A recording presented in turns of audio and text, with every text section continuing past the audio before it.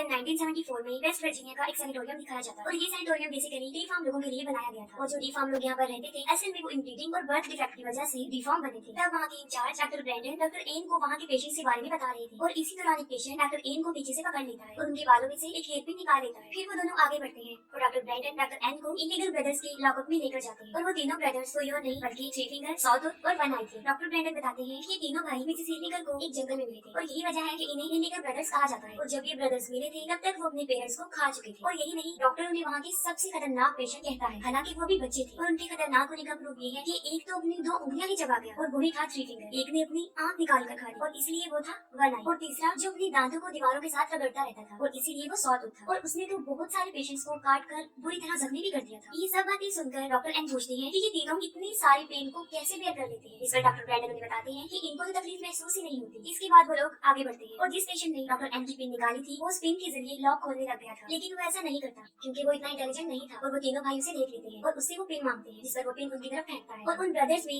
सबसे ज्यादा इंटेलिजेंट यानी थ्री फिंगर लॉक को खोल लेता है और वो चुपके से तीनों भाई बाहर आ जाते हैं और सिक्योरिटी गार्ड को मार देते हैं और फिर कंट्रोल रूम में जाकर सारे सेल्स को खोल देते हैं और इसके बाद से ही वो जगह पूरी तरह मेंटल असाइलम बन जाती है। वो तीनों डॉक्टर एन को पकड़ लेते हैं और उसे इलेक्ट्रिक शॉक्स देते हैं और तब तक ऐसा करते हैं जब तक कि उसका दिमाग पूरी तरह पक न जाए। इसके बाद वो डॉक्टर ब्रैंडन को भी पकड़ लेते हैं और अपनी स्मार्टनेस शो करवाते हुए उससे भी बड़ी बेरहमी से मार देते हैं। और फिर 29 इयर्स गुजर जाते हैं और 29 सालों के बाद 9 स्टूडेंट्स को दिखाया जाता है। उस वक्त वो सब स्नो को बहुत एंजॉय कर रहे होते हैं। उन्होंने अपने एक फ्रेंड कैबिन में जाना था लेकिन वो रास्ता भूल जाते हैं और एक बहुत खतरनाक तूफान में बुरी तरह फंस जाते हैं। और इसी दौरान वहाँ पर मौजूद उन्हें एक बिल्डिंग नजर आती है। वो सब लोग उस बिल्डिंग की तरफ बढ़ते हैं लेकिन उन्हें ये अंदाजा बिल्कुल नहीं होता कि वहाँ पर जाने की उन्हें कितनी भारी कीमत अदा करनी पड़ी। और वो बिल्डिंग वो भी सैनिटोरियम था जहाँ पर वो तीनों भाई रहा करते थे। जैसे ही वो लोग अंदर जाते हैं उन्हें पता चल जाता है कि ये एक हॉस्पिटल था और वो आग जलाकर आराम से वहाँ पर बैठ जाते हैं। लेकिन वो आराम से बैठने वाले लोग बिल्कुल भी नहीं थे क्योंकि ये उनकी नेचर में शामिल था कि किसी सुनसान जगह पर जाकर उस जगह की अच्छे से तलाशी ली जाए। और वो पूरी जगह की अच्छे से तलाशी लेते हैं और इंचार्ज ऑफिस में उन्हें वाइन मिल जाती है और वहीं पर उन्हें वहाँ के पेशेंट्स की फाइल भी मिल जाती है, जिसे देखकर उन्हें पता चल जाता है कि यहाँ पर डिफॉर्म लोगों को रखा जाता था। फिर हम देखते हैं कि वो तीनों भाई किसी को लेकर उस सैनिटोरियम में पहुंच जाते हैं। उन स्टूडेंट्स में से 3 नाइट स्पेंड करने के लिए बेड्स को चेक करने के लिए जाते हैं और वहाँ पर उन्हें कुछ नजर आता है। उन तीनों में से लड़का विंसन चेक करने के लिए अंदर जाता है और अंदर जाते ही उसकी शाउट करने की आवाजें आती है, जिस पर बाहर खड़ी वो लड़कियां जैना और कैंडी डर जाती है। लेकिन किसी तरह वो हिम्मत करके विंसन को ढूंढने जाती है। विंसन उनके साथ एक घटिया सा मजाक कर रहा होता है और उन्हें डरा देता है, जिसकी वजह से वो दोनों उससे नाराज होकर वहाँ से चली जाती है। और तभी वन आई उनका पीछा कर रहा होता है। उन सब से माफी मांगने के लिए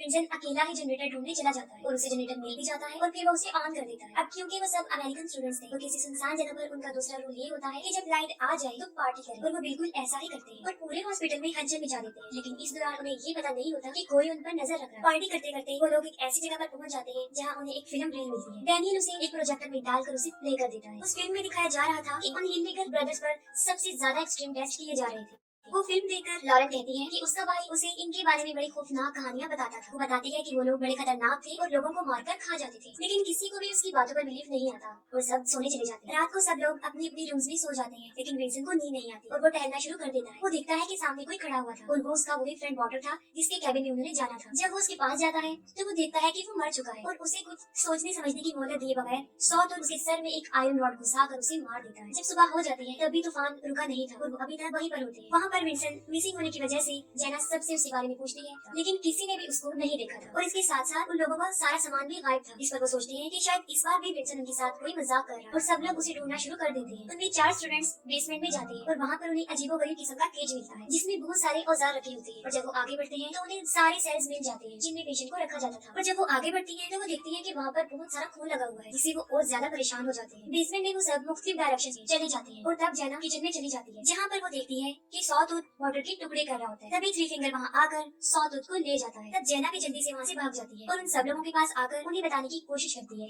तभी वाटर की जैकेट में कुछ उनके सामने आकर गिरता है। तब कैनिया उसे चेक करने जाती है और जैसे ही वो जैकेट को खोलकर देखती है तो वो देखती है कि इसमें वाटर का कटा हुआ सर है। अभी वो सब समझे भी नहीं थे। वो तीनों भाई बालकनी से एक बाल वायर नीचे फेंक कर क्लेयर के गले में फंसाकर उसे ऊपर खींचने की कोशिश करते हैं। तब कायल उसके पाँव पकड़ लेता है और वो पूरा उसके खून से भर जाता है। इतनी कोशिश के बावजूद भी वो कायल को बचा नहीं पाता और उसका सर दर्द से अलग होकर उसके ऊपर गिर जाता है। वो सब वहाँ से भागने की कोशिश करते हैं लेकिन उनकी स्नोमोबाइल चल नहीं रही थी क्योंकि उन्होंने उनके स्पार्क प्लग निकाल दिए थे। अब उन्हें कुछ समझ नहीं आ रही थी कि क्या किया जाए। लॉरेन जो कि स्की चैंपियन थी वो डिसाइड करते हैं कि वो स्की करके हेल्प लेने जाएगी और तब वो मदद लाने के लिए वहाँ से चल पड़ती है। बाकी सबके पास गर्म कपड़े नहीं थे और वो उस तूफान में भी नहीं खड़े रह सकते थे। तब वो इंचार्ज ऑफिस में खुद को लॉक करने का डिसीजन लेते हैं। वो जल्दी से भागकर ऑफिस में जाते हैं और अंदर से खुद को लॉक कर लेते हैं। अपनी सेफ्टी के लिए उनके पास कुछ नहीं था, हालांकि बेसमेंट में उन्होंने बहुत सारे औजार भी देखे थे और इसीलिए कायल, डैनियल और सारा बेसमेंट में जाते हैं और वहाँ पर थ्री फिंगर उनके पीछे पड़ जाता है और वो जल्दी से जाकर केज में छुप जाते हैं और जब थ्री फिंगर वहाँ से जाता है वो बहुत सारे हथियार लेकर वहाँ से भाग जाते हैं। दूसरी तरफ वन आई ऑफिस के दरवाजे में होल्ड करके कैन्या को पकड़ लेता है। इस पर ब्रिजेट उसके हाथ में ब्लेड मारती है